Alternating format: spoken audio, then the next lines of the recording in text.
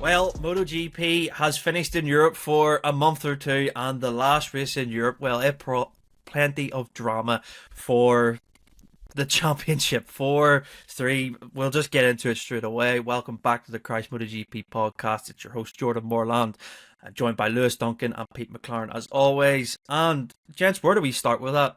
The incident on the last lap with Enea Bastianini and Jorge Martin has certainly, it's split opinion, but I think the right outcome overall, and I think the only thing that we're going to discuss is the sort of the opinion of the stewards, which it seemed to be lacking in this case, doesn't it, Lewis? There's no real clarification about why that wasn't investigated, nothing in the report, but I think this is the precedent that they've set now, haven't they, going forward in this championship? Yeah, that was the one thing we were all kind of waiting for, was this explanation as to why they declared the result when, it's last lap. It wasn't a particularly, light incident. Martin was pushed well off track, and obviously we saw Bastianini off track as well. So, you can understand kind of Martin's frustrations of there not being any kind of at least investigation. And in terms of precedent, I mean, yeah. But when it comes to these stewards, we know consistency is just completely lacking. We've seen, we've been told for long enough that, or there's a kind of a thought, rather, we haven't actually ever been told by the stewards that last lap, kind of all bets are off. You can get away with a bit more than you could do in a normal race. But So we have seen that this year. Le Mans this year, Franco Morbidelli made contact with Aleix Espargaro at the last corner, and he lost a few positions, and there was no investigation, which Aleix was, as you'd imagine with Aleix, not very happy. But then again, at the Spanish Grand Prix, Pedro Costa was nudged wide by Johan Zarco in the first lap at turn 5. Pedro Costa only lost one position, didn't run off track. It wasn't as serious an incident as we saw in Misano. The steward said afterwards, had Zarco not given the place back on his own kind of decision, he would have been given a penalty. So where's the line? That's what I think everyone wants to know, is where is the line? Where is the stewards coming up with these decisions? The fact that there is no transparency, and this isn't a new complaint with the stewards, I'm sorry. How do we know, and how do the riders know where the rules of engagement are? I think this is the key issue with this, rather than should Martin have been given Bastianini have been given a penalty or not. Yeah, and if you haven't seen it yet, for any of the listeners that are just tuning in, essentially, Pete, it was a move that Bastianini, he said he had to make. It was the only chance, and the only real way of overtaking around Misano is it's such a tight circuit with the modern MotoGP bikes. Contact maybe was going to happen, but is this something that maybe, how can I say, the stewards could handle differently? Like, is it just the fact that they needed to come out and say, this is why he didn't get it? It would have just settled it, wouldn't have?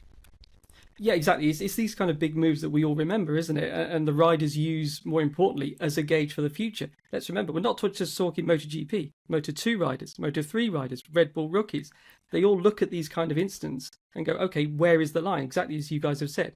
What's the line? Okay, last lap, apparently you're allowed to do more, and that's fine. But there's still got to be a line somewhere, hasn't there?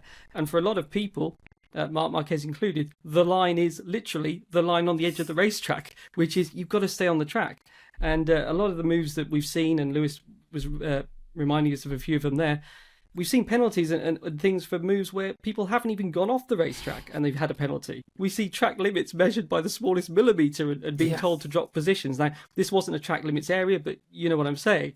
We just needed to see some sort of explanation. You can argue it either way. I think most people thought the move was fine. The contact was fine for a last lap move. It didn't cross that line into dangerous. But at the same time, he didn't make the corner. And you have to have some sort of line somewhere. What would have happened if it was on a faster part of the track? I think probably the stewards would have punished it then. But that's what we needed them to say, wasn't it? We needed them to come out and say, this is why we think it's fine, because it was a slow corner, because it was the last lap, because Bastianini took evasive action, or whatever it was, and why it was okay for him to not make the corner, not stay on the racetrack. There's so much opinion in all this, isn't there? That's why for a lot of riders, that's staying on the racetrack. It's something that's black and white. And it's a good measure of the rule that Lewis mentioned about everything on the racetrack is covered by that rule of ride responsibly, don't cause danger, don't do anything unfair. Now, a lot of that is subjective. That's why we have the stewards. Their job is to then decide that rule. But the good bit about staying on the track is it's black and white, and in a lot of cases we hear the riders have to explain or try and justify, look, I was going to make the corner, there's been some contact, but honestly I'd have made the corner even without the contact. In this case, that whole discussion doesn't happen because he didn't make the corner. Now so we just needed an explanation. I think it was a big decision that needed the stewards to just come out and say, this is why we think there's no penalty, exactly as they did with Alex Marquez and Bagnaia at Aragon. That was fine. People said, okay, fair enough. And I think that's what we needed, because now there's a lot of riders saying things like, oh, okay, then so we can do that in future, can we? And then, where is the line? Yeah. We're back to your question still. That's a really good point, Pete, because they actually went into a lot of detail for that Alex Marquez Bagnaia incident, which was actually quite refreshing. You got a hint that they looked at data as well, and you see now, you're like, well, they're actually explaining the process, but here it's just radio silence. It's not even on the report, and it's like, well, we're getting like a lot of detail and then nothing sometimes. So, yeah, Lewis, what's your take on Marc Marquez's comments? Because I thought they were pretty spot on. He was saying it was a move that you had to make, but he ran off the track. But the move was fine if he had stayed on the track. So this is the point where you look at what's going to happen next, maybe potentially for the end of season races. Yeah, I think going back to the kind of the track limits point, obviously, as Pete said, that zone, we've kind of moved away from all runoff areas having green paint to the ones that don't have green paint not being monitored, which, is kind of a stupid thing in itself in terms of consistency. But one does have to ask the question, had that been a green kind of painted zone where, if, as we know in a last lap, if you touch the green, you're supposed to drop a position, would that then have been a case of Bastianini because he was ahead, or would you have... So they've left, and that's again going back to why the stewards needed to explain it, because there's just much more ambiguity about that section of track. I think Marquez was spot on about it, and I think he was a really good voice as well, because he has been, he's known for kind of aggressive moves. We remember Jerez 2013, which against Lorenzo, which was again, you can argue where it was, should that one have been investigated? Well, I can't remember at the time. It was 11 years ago. So I can't remember what happened a couple of weeks ago, let alone 11 years ago. But he was a good voice for that, because he's kind of often been criticised as being one of the more aggressive riders, and I think he was correct. There is that line of, you make an overtake, you make an aggressive overtake, fine, but you got to stay on track. And there's this kind of question, was Bastianini gonna make the corner? He only ran wide because he looked over, blah, blah, blah. Okay, fine. But regardless, he ran off track. You can't, if you cause a road traffic incident because, the light hadn't quite gone red yet, but then it went as you hit the car, you've still kind of made a mistake there. So, This is why there needed to be an investigation, because that Bastianini running wide because he was not looking at the racetrack made it much more less clear cut. And yeah. I think that pretty much it. We all just wanted an explanation of it. That's really it. I thought last lap, obviously things are different. It was really exciting to watch, to be honest, and I think a lot of fans, it's got people talking about MotoGP a lot more. Yeah, and I think that's a real big thing, isn't it, Pete? It's a good thing that we had this sort of last lap overtake when we weren't expecting it, because everyone thinks that Misano's such a difficult track to overtake at, but it was actually really dramatic, and I really enjoyed the after bit of it, and especially I have to say Jorge Martin's approach after it all was pretty commendable. I'd say he was really he just kind of gave the vibe of it is what it is, if that makes sense. And then he said the comment after, well, there's no consequence the next time. So he knows now that if he's in this situation again, might we see him do something like that? I don't know. It's going to be interesting, isn't it? Yeah, that's sort of what he's hinting at, and that's why we need an explanation, isn't it? For where is the line in these situations? That the riders are saying, well, clearly the line is a lot further away than we kind of thought it was. We all want to see passes made. Everyone's fine with some contact. Nobody fell off. That's the main thing. But still, there's a lot of questions about this move, isn't there? We've seen riders make passes, Laguna Seca, those famous passes, wasn't it? Riders going off track, making a position, being allowed to keep it. Probably that wouldn't be allowed to happen now, but I don't know. Maybe it would after what we saw, on Sunday. So again, it's those kind of big moves, the Jerez moves that you guys have quite rightly flagged up. These are the moves that we remember. This will be another one of them, Jordan, as you're making that point. This is one of those ones that's going to make the headlines that people are going to remember. Yep. But unfortunately, we don't have a clear answer as to why it was okay. There's a lot of people that say, yeah, that was okay. There were riders saying, weren't there, that it's hard racing. That's fine. I think Bagnaia said that, look, Martin did something similar to me in Qatar. Now, I think a lot of people would say, well, the contact was the same, but Martin was nowhere near going off the racetrack, and neither was Bagnaia. And again, it comes back to what Marc said, and that's why it's important to raise that, as you have done. It is that going off the racetrack. That's the thing that kind of keeps the riders within the limits, because if you go off the racetrack by a meter or you go spearing off in fifth gear, is there a difference then or not? If that happens at the next race, is off or not? And that's why.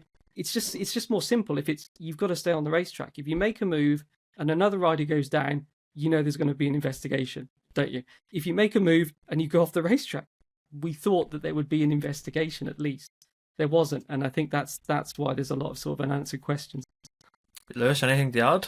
I 100% agree with Pete. I think you do have to split it into two categories of, was it good for the show and was it the correct decision? Was it good for the show? 100%. And the stewards were in a bit of an awkward position because they're deciding who could have a race win taken off them, and then you throw in the added context of whatever decision was going to have an impact on the championship picture. Yep.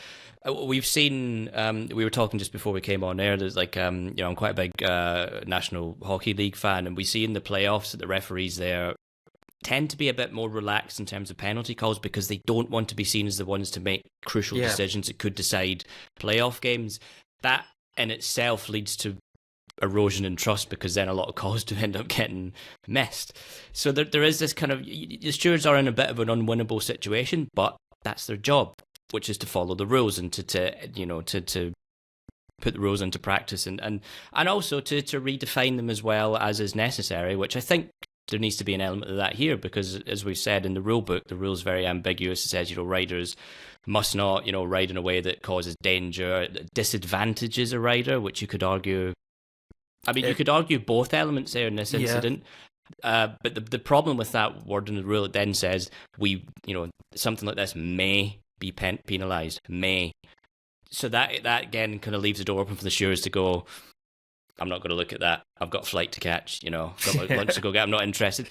That's the problem there. So from the spectacle side, it was great. We wanted to see that type of thing. From the other point of we're talking about, has it set a new precedent? I mean, Seti Gibbernow said a few years ago that he was asked would Jerez 2005 be investigated today by the stewards, and he said, honestly, I don't think so. I think that has set the precedent for what we've seen going forward. And actually, if you look at the incident since and some of the way the racing's been and those memorable moments that we hype up, and then you look at the response from a lot of people about this incident and how we were just willing to accept that as that's an acceptable limit, kind of does suggest that that is a kind of a thought that has been allowed to sort of simmer and settle into the kind of the racing psyche that we all have.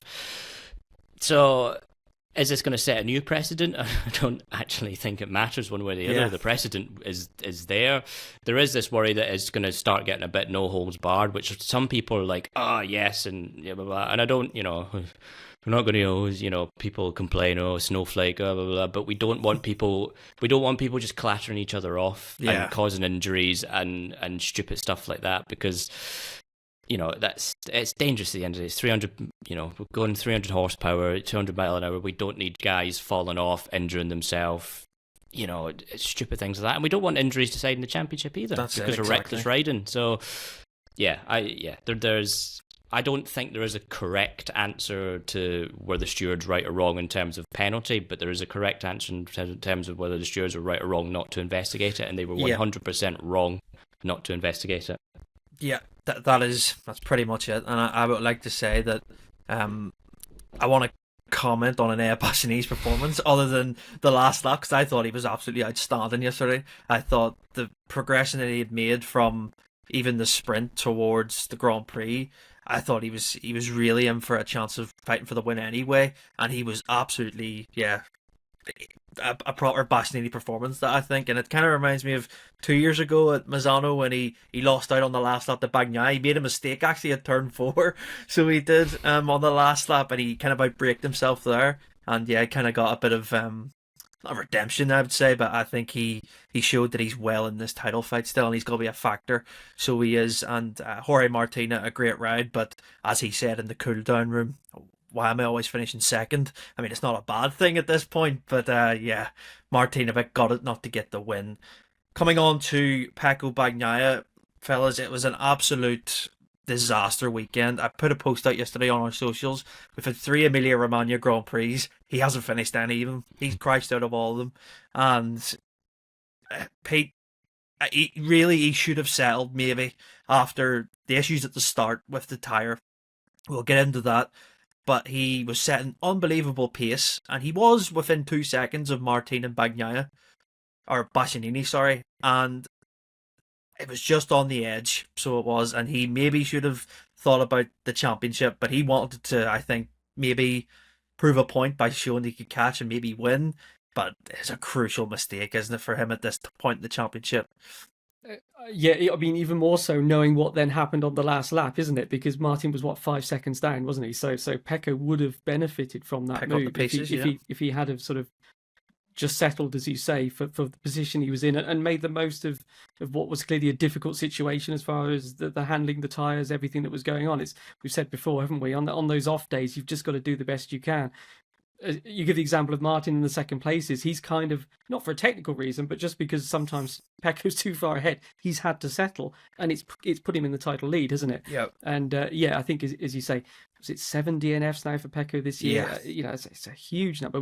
People used to say if you had more than 1 DNF in a season, I know we have sprint races now, but kind of that would be, you couldn't win the title with 2 DNFs in a year, 2 non-scores under the old system. Well, 7 in 1 year, okay, with sprints, it's a lot, isn't it? And I think there was obviously home round. He finished second, didn't he, in the previous ones, while he was still recovering a bit from the injuries. He wanted to win. He wanted to Ducati's 100th win, his 100th race, all of this riding on it, wasn't there? And I think that, it just pushed him to go, as you say, to try and take a bit too much. The tyre behaviour, it was strange, the lap times, the way that his lap times varied, but you're on the track. You've just got to make the most of it, haven't you? No one's going to restart the race because there's an issue with the bike or the tyres. That's the situation you're in, and you've just got to take as many points as you can. And a double blow, as you say, he fell from a safe podium, and then he would have actually gained points on Martin. Yeah, he would have if he'd have got to the flag. Yeah, Lewis, it was mentioned in the pre-race, the post-race press conference that they asked Enea if he had any issues similar to what Bagnaia had, and he said on Friday actually he thinks he had something similar. Interesting that, isn't it? But the pace that Bagnaia almost had, it was like the tyre became brand new after it got up to temperature, whatever it was. And the lap times he was putting in they were like quality laps every single time. And at that point, you think he should have settled, potentially just to think, I've got away with one here. I think the crucial thing about that is the fact that obviously he's had that first half of the race where the tyres haven't been working. So why are you pushing on them? Just because they've come back to me now. You've clearly got defective. There's an issue there, so you don't then be pushing. And we saw the crash was weird. He was, like he said, it was like a wet crash. So yeah.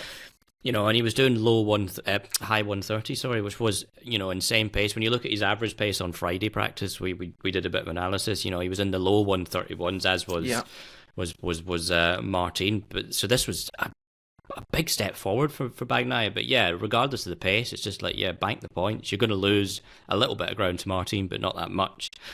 Now you've got 24 points. That's with 5 rounds to go now. We are kind of getting to that crunch point. There's opportunities are running out. One more mistake and you're out of it.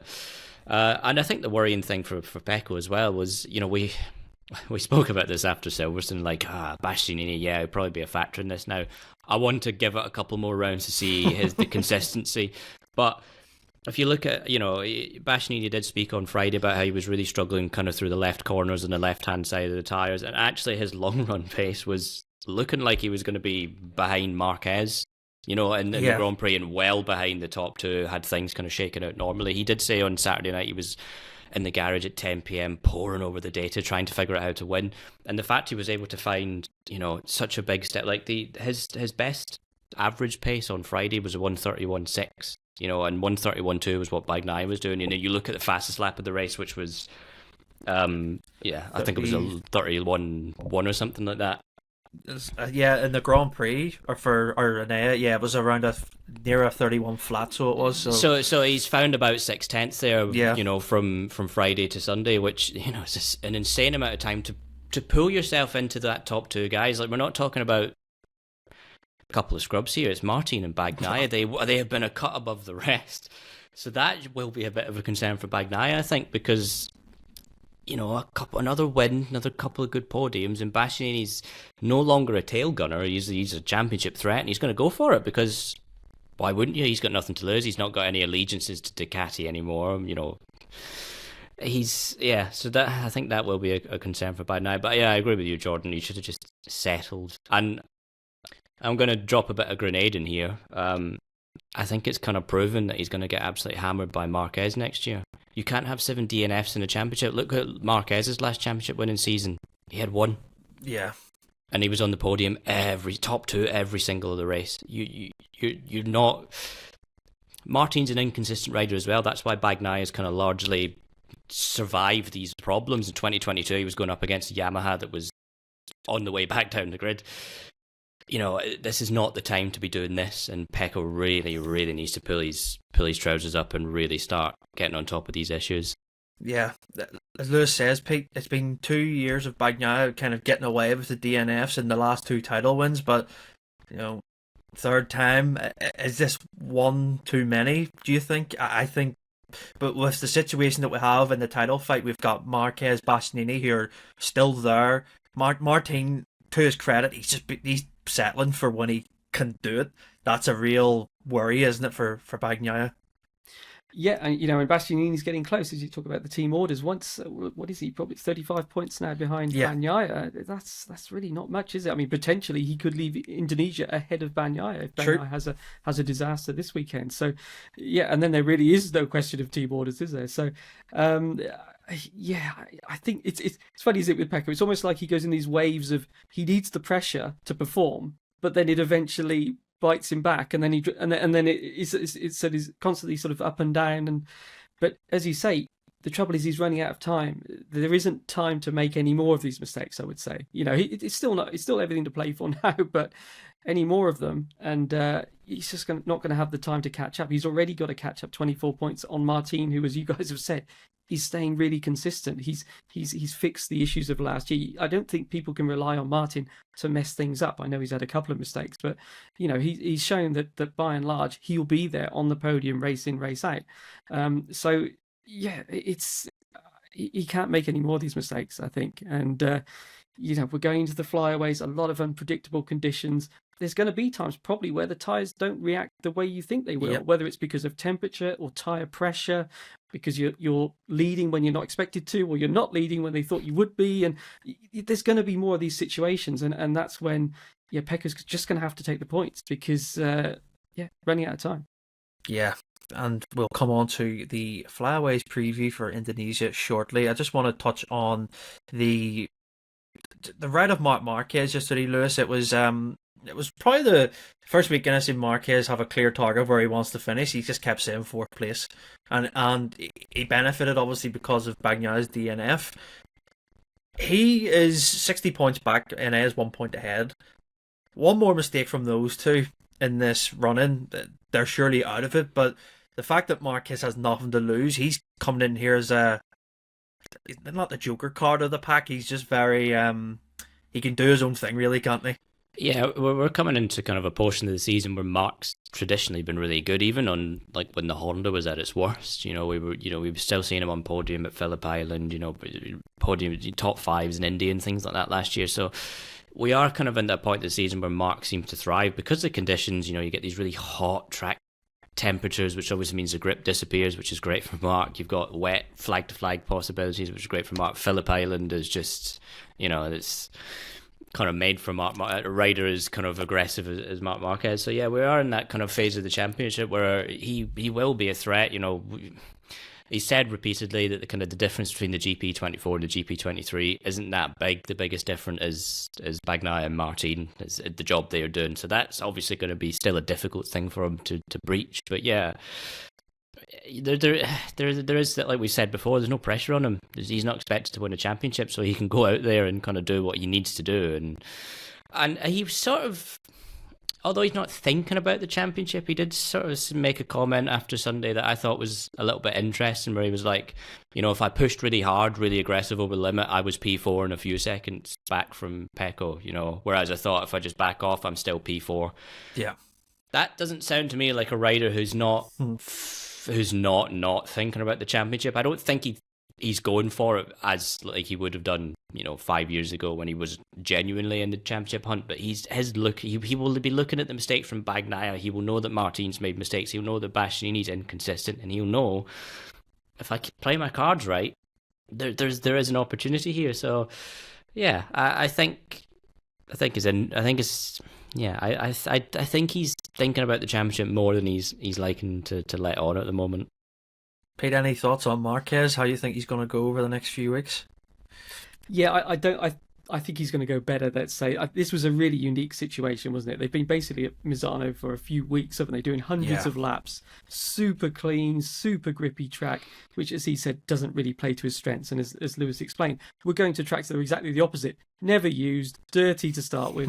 Possibly some dodgy conditions, damp conditions, everything else. So I don't think he needs to really worry too much. Obviously, for next year, perhaps he does need to look at why he's not as competitive in high grip situations. Maybe it is just the 23 versus the 24, but it doesn't seem to play to his strengths as a rider, does it, when there's high grip?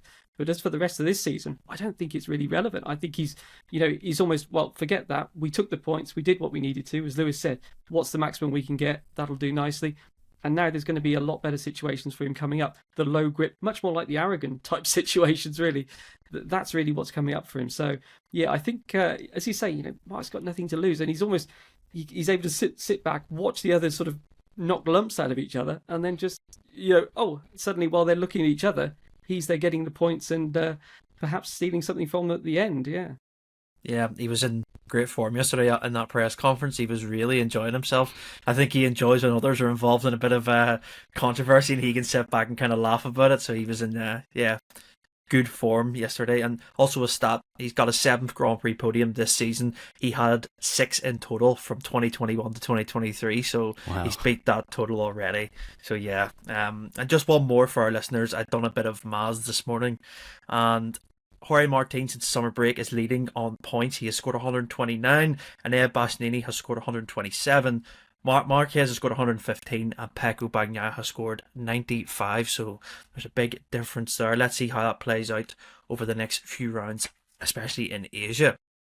And speaking of Asia, we've got Indonesia this week, which is going to be I don't know how it is, Pete. It always changes so much every year. It's like the track's always dirty. It's the weather can play a massive factor. We've seen last year Martin in complete control, and then he dumps it in the race. What's going to happen on this Asia leg of MotoGP? I feel like it's going to be pretty chaotic. Yeah, I think so. It's just going to be so difficult to predict. And as you say, Indonesia, I mean, it's been resurfaced, I think, I don't know, sort of multiple times every year. Yeah. It always seems to have some part of the track that's got a new surface on it. They've got the different tyres over there. There's harder tyres because of the high temperatures as well. So it's tyres that they're not as familiar with as the normal sort of construction tyres. And then you've got the weather and everything else being right next to the sea and everything else blowing in.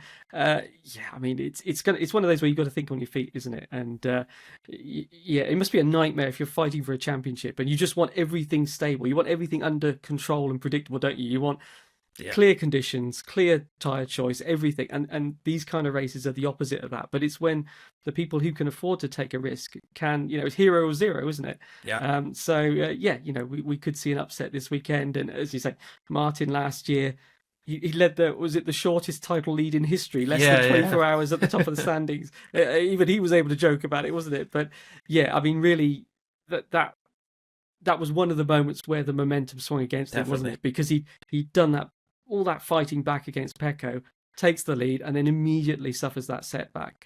And Pecco has one of his best races of the year. Yeah. So it was a pivotal moment. And yeah, I mean, wouldn't be surprised if more of the same this weekend, to be honest.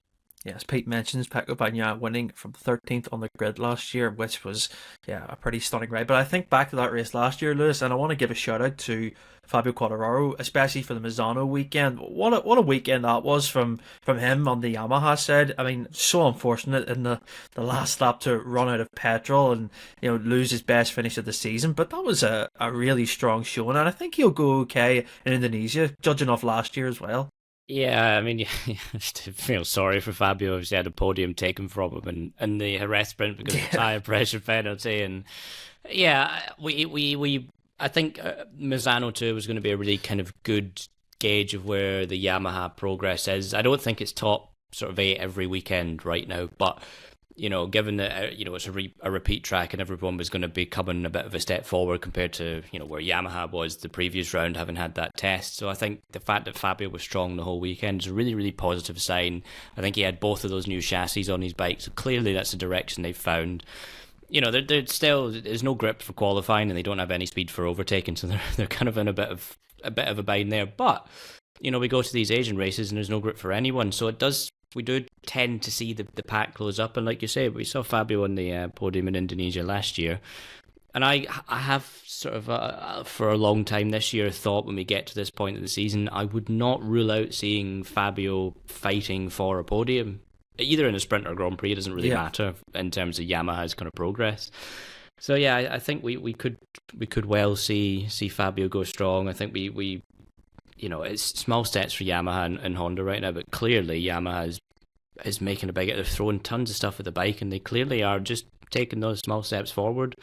I think one thing, just to kind of go back on just coming up for this flyaway portion to think of, and I hate to sort of bring the tone down a bit, but we will probably see a lot more problems with tyre pressures. Yeah. We saw the bulk of tyre pressure penalties last year came in this sort of portion of the season. Now, okay, they've lowered the minimum a little bit, but there's races like Indonesia, Thailand, really, really Malaysia as well. Malaysia was an interesting one because we came into that one last year with Martin's got his Joker, Pecco's got his Joker tyre pressure warning, and then he lost it, and that. So that's going to be in it, but that's going to be the kind of situation that Yamaha can capitalize on, because if they can have a good sort of speed top 5, top 6, top 7, and we do get a couple of penalties in front of them, then that does that's the opportunity. I know they don't want to get results like that, but you got to play the game, and if they can come away with some good results like that, then that's a win for Yamaha as far as this year's concerned. Definitely, and just staying on Yamaha, Pete, confirmation that they're working on a V4 engine, which has been rumoured for how many years, I don't know how, but it seems that this is the direction they're going to go, and we could see it as early as next year at some point, which is, it's quite exciting, isn't it? It is, yeah, and I think also just in general terms, it shows that Yamaha are committed to MotoGP, and because this is a huge effort to have almost 2 parallel engine development programs at the same time, and then maybe even a third if you count in the 850cc, which will also, they'll be starting to design that. So that's a massive effort that they're putting in. I think it probably also maybe sort of an acknowledgement that they're not quite sure what they need to do. I think it's as much a fact-finding thing as anything else, that they've made big efforts the last couple of years and they're not really made that jump. Same as Honda, same situation. But with Yamaha, they do have this question mark over the different type of engine, don't they? And this will remove that. Whether they ultimately decide it's better than what they've got now, let's see. But at least they'll know, won't they? And they'll have that knowledge. And it might be, that the lessons they learned from the V4, actually they can improve the inline 4 with. So it's going to be interesting. It'll be a shame, I think, if everybody does ultimately go to the same V4 engine. It will be a bit of a shame, won't it? But in a single tyre era, especially, where you can't have tyres made for certain types of bikes, if the majority of the grid want to ride a bike that is slow into the corners, turns quick, and then square out, and you want a bike that does the corner speed, well, guess which way the development's going. I think that's also a factor. But it's not an instant cure, as we were saying last week. It's not just going to be put it in and win. Otherwise, Honda wouldn't be behind them. Exactly. So it's going to be interesting to see. And they're going to have 4 riders. Interesting on that one as well. Misano was a good race for them, but as Quattararo said, this was one of the tracks where we were a bit like Ducati. We had the data that they get every weekend. We got it because we'd done a private test, an official test, and a Grand Prix weekend. And so it put them in that position where they were able to have all this information. They'll get closer to that next year, won't they, with the satellite team anyway? So I think it did show that that's a help for them. Quattararo had new engines this weekend. I mean, there's been so many new engines at Yamaha that we're not quite sure, whether it's literally a new version of the other engines, but it did seem to be a bit different. He said it didn't have as much top end, didn't he? I think you guys were saying he was suffering grip and power. Well, if it hasn't got the power, that probably indicates that they were going back towards the old Yamaha. Exactly. The handling side of things, isn't it? And that's probably what those engines were aimed at. And it looked like they performed well. So Rins obviously wasn't there, so they were down to 1 rider. Hopefully he'll be back this weekend. Yeah, and on the subject of Rins and engines, I think he said that he had tested 8 variants of engines this year, which is like nuts compared to what the concessions have allowed this year. It just shows that Yamaha are really trying to figure out what is the perfect engine for them. And again, Lewis, just staying on Yamaha, they confirmed their full lineup now for satellite. So Jack Miller being at Pramac and alongside Miguel Oliveira. That's it for the grid now. It's all settled, and I'm glad because last year it was literally the day before the test. So we've got a full grid, which is nice, isn't it? Yeah, I remember that Monday in Valencia. We're all hanging around waiting for Honda announcement, and silly situation. But it's good. No surprises, obviously. Jack Miller, Pramac deal. I think the interesting thing to note is that it's a 1-year deal, which kind of suggests that Yamaha is keeping its options open for a rookie rider for 26, which, I thought the Miller move was quite a good one to begin with. The fact it's a 1-year deal, I actually think is an even smarter move from Yamaha, because if the bike does improve to a significant point, we're putting a rookie on it in 26 isn't going to be a huge problem for them or the rookie, then great, you've given yourself that extra help by bringing in a great test rider like Jack. If the bike doesn't take a step forward and you need that more experience, then you've got a good experienced hand in Jack to then help in 2026 to help kind of also develop the 2027 bike as well, and help with that kind of area. So I think Yamaha have been really, really clever with this signing, and we're just now kind of waiting for confirmation of Augusto Fernandez as test rider at Yamaha, and then they've got a good sort of project there at that point. I think. I know we'd obviously been talk about Dovi potentially coming in as a test rider. I don't think that'll have as big a help as maybe the satellite team but obviously Dovi with Ducati knowledge and of a V4 that was developed to handle really well will be really vital for Yamaha, and I guess that's probably what they're looking at if they are considering Dovi as that V4 knowledge. Yeah, and of course his relationship as well with Max Bartolini, I think that's its key too, isn't it, for all of just what Yamaha are doing. I think it's really positive steps. Let's get back to Indonesia. How do we think KTM are going to go? Because off the track there's a bit of news and stuff that was quite surprising at the weekend. They came out and denied it, that Francesco Guidotti was out and Danny Pedrosa was going to be the team manager, which when I read that I was like, this is like massive, but they came out and denied it. But there's no smoke without fire, I think, in terms of Guidotti's role. I think there's something there that maybe is going to change in the future. Exactly, and the Guidotti part, I think he was asked by Simon Crayfar during warm-up and he didn't deny it. That would have been a clear chance to just put those sort of rumours to rest. So yeah, I think he just said something, he sidestepped it and said, I'm focused on this weekend, and that's it. So that tells you everything. Yeah, the smoke without fire. So there has to be something to it, because that would have been the time to stamp out that smoke. Yeah. And he chose not to. Yeah, the Pedrosa one, I don't think. Obviously, Danny is part of the team and everything else, but I mean, I think he's happy with his role as the test rider, and I can't imagine Danny wanting to step into a team manager role. To be quite honest, he seems quite happy with his life as it is. I mean, would he want to be on the road every week and everything else as well? I mean, and he's doing a great job with the development work on the KTM. We saw with the prototype that he and Paul have worked on. It seems that it's a step, isn't it? So yeah, I think Dan would be quite happy staying on that side of things. Definitely. I was thinking he would be the first MotoGP test rider to do a Grand Prix and then manage a team if it came true in the same season. I was thinking that would be a pretty cool stat to have, but yeah, I don't think it's going to happen. I think he's well happy just doing his thing that he's currently doing. Lewis, how do you think they'll go on track in Indonesia? It's a difficult one, really, because like I say, the low grip might be a factor. Pedro Acosta, again, at the weekend had another crash. Brad Binder crashed out. They're really on the knife edge with that bike, aren't they? Especially in the early laps.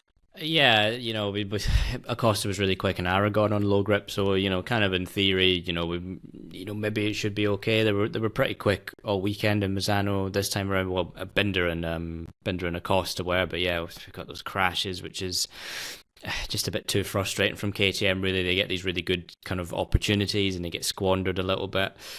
Again, I don't really think we have any more clarity as to where KTM kind of genuinely sits in the pecking order in the same way as Aprilia, because from week to week it just seems to change, and then conventional wisdom about both bikes just doesn't really seem to matter anymore. So yeah, I would suspect that it's a portion of the season as well. Binder's gone well at. He was in that victory battle in Thailand last year, and so I think there's definitely opportunities for them. But yeah, I wouldn't want to make really any predictions about KTM because they always just seem to be wrong. It looked like in the San Marino Grand Prix, Pedro Acosta would have a really good chance of fighting with the top group, and he was nowhere near it. So yeah, I'll reserve judgment on KTM until I see it, really.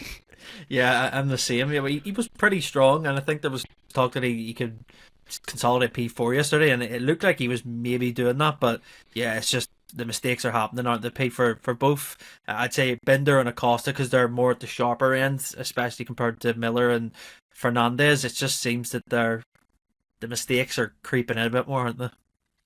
Yeah, it sounds like they're still struggling with the chatter from coming from this change of rear tyre and sort of transferring to the front, and Jack being a sort of a corner speed guy, he suffers even more than the others with it. And I think that might even have been a factor in a couple of the accidents they had this weekend. So, this we're heading into the latter part of this season, and it seems a major issue for KTM. We saw Ducati had it, and they seemed to sort of get rid of it around Jerez time, wasn't it? So, we've never really heard those riders complain about it. But Honda, I think Mir had some terrible vibrations from what he was saying over the weekend. I think he had a better race on the Sunday, so I think they did find a fix for it. But certainly, it's still an issue, and I think the KTM guys, they're still sort of trying to get rid of that, or try and find a setup that stays away from those vibrations that start at the rear of the bike and sort of transfer to the front. And apparently, there's nothing you can do other than sort of slow down and sit the bike up, and that's it. And it's I think Jack's performance, he just stayed the same as basically 2 weeks previously. Yeah. And everyone else, well, the guys at the front were 7 seconds faster or something in the sprint. So yeah, I think the chatter is one of the things that they need to tick off their list there. We saw the new aero package for I think certainly Acosta, didn't he? He had the prototype, some of those parts. So there are some new developments coming on the bike. He still looks comfortable, doesn't he? This change to an older setup, he seems to have refound a bit of that performance he had at the start of the year. But yeah, really, when you've got guys on the same bike, 2 of them up front, but then crashing out, I think that tells you that there's something that's not really working for them at the moment on the bike. Yeah, and let's see how they go, because as Lewis says, we want to reserve our judgment, because you can predict one thing for KTM and it's just the complete opposite. So I think it will be a challenging weekend. That's the only thing I'm going to say, but who knows what Pedro Acosta can do. I don't really want to talk about Aprilia, guys, to be honest. They just... I don't. Yeah, they're in a real struggle at the minute, and going to these tracks, which they previously said is going to be even difficult. Well, having said that, though, Maverick was in the battle for the win last year, which was a good thing. But yeah, I don't know. With Aprilia, it could be a coin toss, to be honest, if they're going to be good or bad. Honda, briefly, Lewis, they scored the Repsol side anyway, their best performance of the season, 11th and 12th, which, you know what, I was kind of happy to see, even though they were a bit off the pace. It was good to see them both look comfortable and sound positive more after a race than just the usual.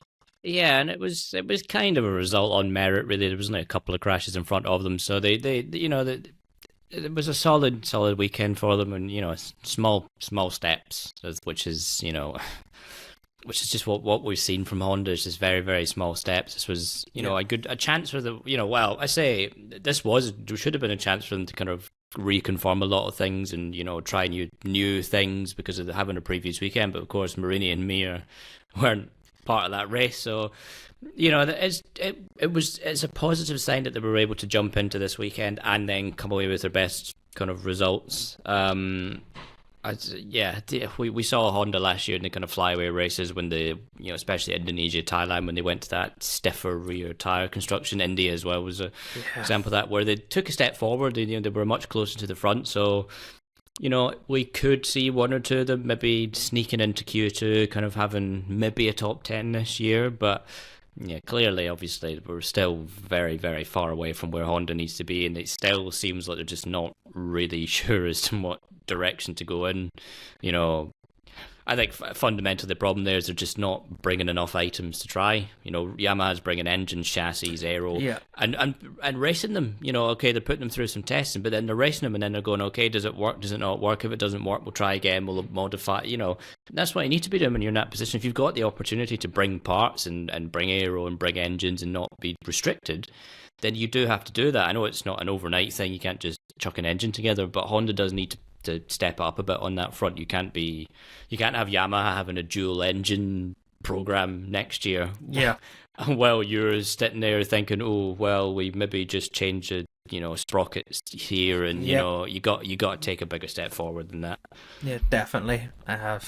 Who knows what Honda are going to do in the next few weeks, but I think it's a good point. I think we maybe could see them. I think Zarco could be the one, I think, getting into Q2. He's looked like he's been on the edge of a few times. Maybe Mazzano and Aragon, he was really strong getting into. I think, did they get into Q2 in Aragon, didn't they? He did, yeah. So there is possible. So let's see what they can do for the flyaways. Just to touch on Ducati, I forgot Constructors Champions. What a surprise that is. Wrapped it up. I think wrapped it up similar time last year as well. So congrats to all the team at Borgo Panigale. They've definitely delivered an absolute weapon of a bike this year. Predictions for Indonesia, guys. I haven't looked at the weather. Have any of you looked at it? Because you know what 2022 was like. It was completely different on the Sunday. How are we calling this one? Anyone wants to start, you can be my guest. I did look at the weather, so I'll put that one out there. And it looked like, a bit of a risk of storms on the Friday and then sort of generally getting better. But being so close to the coast, it can all change very quickly. But for now, it looks like they might, it could be some wet patches, let's say, during Friday. But Sunday looks the better day. Let's put it that way. Predictions, I mean, really, really difficult. I suppose going off last year's form, I'll say Martin for both. I'll say he's going to be so fired up to respond to what we've seen. Have enough of those second places that he's going to want to make it a first. And Lewis? I would go Martin for the sprint, and then Grand Prix maybe Marquez. I think Marc's generally better on a Sunday anyway than he is a Saturday, and I think the kind of the lower grip conditions and it just will suit him a bit more. This is not where I get now. I'm thinking Diego Martin, but do you know what?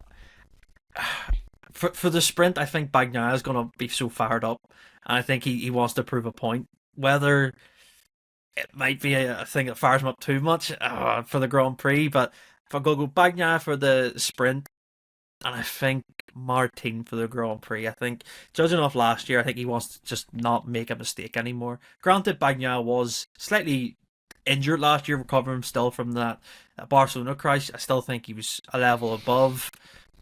But I think there's going to be so many people involved. I think we could have Marquez right up at the front. I think we're going to see Bastianini right there. It's going to be a great weekend. And if you're in the UK or in Europe, it's going to be fun waking up and watching it. It'll be worth it because we've got a championship battle. If you're over on the other side of the world in Asia, great to have MotoGP in your time zones. I think that's perfect. And it's going to be a great end to this championship. That's one thing I'm going to say. It's going to be action-packed, and I can't wait for this weekend. But if you enjoyed the episode, make sure to give us a follow, subscribe to us on Apple Podcasts, Spotify, subscribe on the YouTube channel. completely free. Like the video, leave a comment about your predictions, leave a comment about the incident between Bastianini and Martin. Love to hear your thoughts. Keep it clean as always, and we'll see you again next week for another episode.